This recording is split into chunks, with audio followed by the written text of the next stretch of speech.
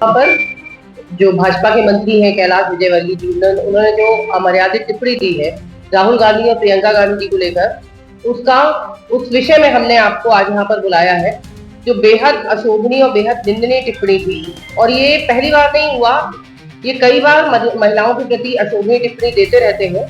कभी इंदौर की किसी सभा में वो कहते हैं कि उन्हें वेस्टर्न कल्चर पहनने वाली महिलाएं पसंद नहीं, तो कभी वो कहते हैं कि महिलाएं बहुत छोटे कपड़े पहनती है जो मर्यादा से बाहर है। तो कभी उन्होंने राहुल गांधी और प्रियंका गांधी जी को लेकर अभी हाल ही में जो उन्होंने एक टिप्पणी दी कि कोई भाई अपनी बहन को ऐसे सार्वजनिक रूप से किस नहीं करता है, तो ये बेहद संकीर्ण मानसिकता को उनकी बताता है। अगर आप देखेंगे, हम सभी की भाई और हम सभी की बहनें हैं, हम सबका रिश्ता इतना अनमोल होता है कि हर भाई अपनी मर्यादा जानता है और वो कभी भी नहीं चाहेगा कि किसी भी कारण से उसकी बहन की बदनामी हो और कोई उसे इस तरीके की समझाइश दे। लेकिन सार्वजनिक मंच से इस तरीके से एक वक्तव्य देना एक जिम्मेदार व्यक्ति का बेहद बेहद निंदनीय है, जिसका हमारी पूरी महिला कांग्रेस विरोध करती है। आज हम देखते हैं कि लगातार भाजपा एक तरफ महिलाओं के सशक्तिकरण की बात करती है, महिलाओं की रक्षा की बात करती है, तो वहीं दूसरी ओर निरंतर महिलाओं के अपमानजनक टिप्पणियां महिलाओं पर वो देती जा रही है। अभी हाल में ही बहुत सारे ऐसे काम हुए जिसमें कि महिलाओं के साथ दुर्व्यवहार हुआ, बलात्कार हुआ, तो कहीं उन पे अत्याचार हुए। ऐसे मामलों में बीजेपी कभी कहीं नहीं बोलती। अगर मुद्दे की बात करनी हो तो वहां बीजेपी का मुंह बिल्कुल शांत होता है। अभी आप रिसेंटली देख लीजिए, धाकड़ जी का जो कांड हुआ, उस पे बीजेपी वालों ने किसी ने कुछ नहीं बोला, ना ही महिला मोर्चा ने बोला, ना ही बीजेपी के किसी वरिष्ठ व्यक्ति ने बोला। लेकिन यदि एक भाई अपनी बहन को स्नेह पूर्वक प्यार करता है या लाड़ में प्यार करता है, उसका एक इतना बड़ा मुद्दा बनाते हैं।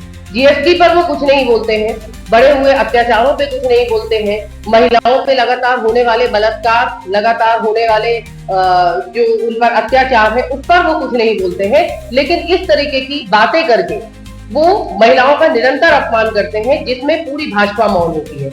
एक छोटी सी भी कुछ चीज होती है उसके लिए वो खड़े हो जाते हैं कि आप महिलाओं का अपमान कर रहे हैं। लेकिन धाकड़ कांड जैसे इतने बड़े कांड होना या इतने विधायकों के जो वीडियोस आ रहे हैं महिलाओं के प्रति अत्याचार, महिलाओं के साथ दुर्व्यवहार, इन सब चीजों के, उस पे भाजपा कभी नहीं बोलती। उस पे मुखर होने के लिए आज आप सबको हमने यहाँ पर आमंत्रित किया है। हम लगातार इस चीज को देखते चले जा रहे हैं। अभी नवरात्र का समय चल रहा है, जबकि देवियों के रूप में महिलाओं को पूजा जाता है, घर में बुलाकर उनकी पूजा की जाती है, उनको सम्मान दिया जाता है। नवरात्रि में महिलाओं को माँ दुर्गा का रूप माना जाता है। और इसी नवरात्रि में भाई बहन जैसे पवित्र रिश्ते पे उन्होंने इतना गंदा बयान दिया है जो बेहद बेहद शर्मनाक है और जो उनकी संकीर्ण मानसिकता को दर्शाता है।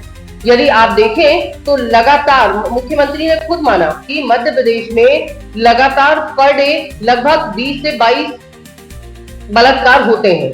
आप खुद उस चीज को मान रहे हैं। दूसरी तरफ आप ये चीज बोलते हैं कि महिलाओं की सुरक्षा में हम विशेष ध्यान दे रहे हैं, महिलाओं को सम्मान देते हैं। लेकिन आप ये भी लगातार देख रहे हैं कि स्थितियां क्या है, बोल क्या रहे हैं और हो क्या रहा है। अगर आप देखेंगे एसटी एसटी आदिवासी महिलाएं, उनमें से मुश्किल से 22% महिलाओं को ही आप देखेंगे कि उनको न्याय मिलता है, बाकी केस वहीं के वहीं रह जाते हैं। और उससे भी बड़ी बात, जो उनके साथ अत्याचार कर रहे हैं वो कहीं ना कहीं बीजेपी से जुड़े होते हैं, चाहे वो उनके नेता हो, चाहे वो उनके कार्यकर्ता हो। और लगातार कांग्रेस इस चीज का प्रमाण लेकर सामने आती है। उनके वीडियोस बराबर हम दिखाते हैं, बराबर मीडिया में आता है, आप लोगों के माध्यम से वो हम दिखाते हैं कि वो कहीं ना कहीं अपराध करने वाले बीजेपी की शरण में है। तो आप हमें बताएं कि बीजेपी जनता की रक्षा के लिए है या उनका भक्षण करने के लिए, और क्यों हर अपराधी बीजेपी से कहीं ना कहीं जुड़ा हुआ है। इस प्रश्न का सवाल हम सबको ढूंढना होगा और इसके लिए अब उनका विरोध करना होगा, जिसके लिए आज हम सब यहाँ पर एकत्र हुए हैं।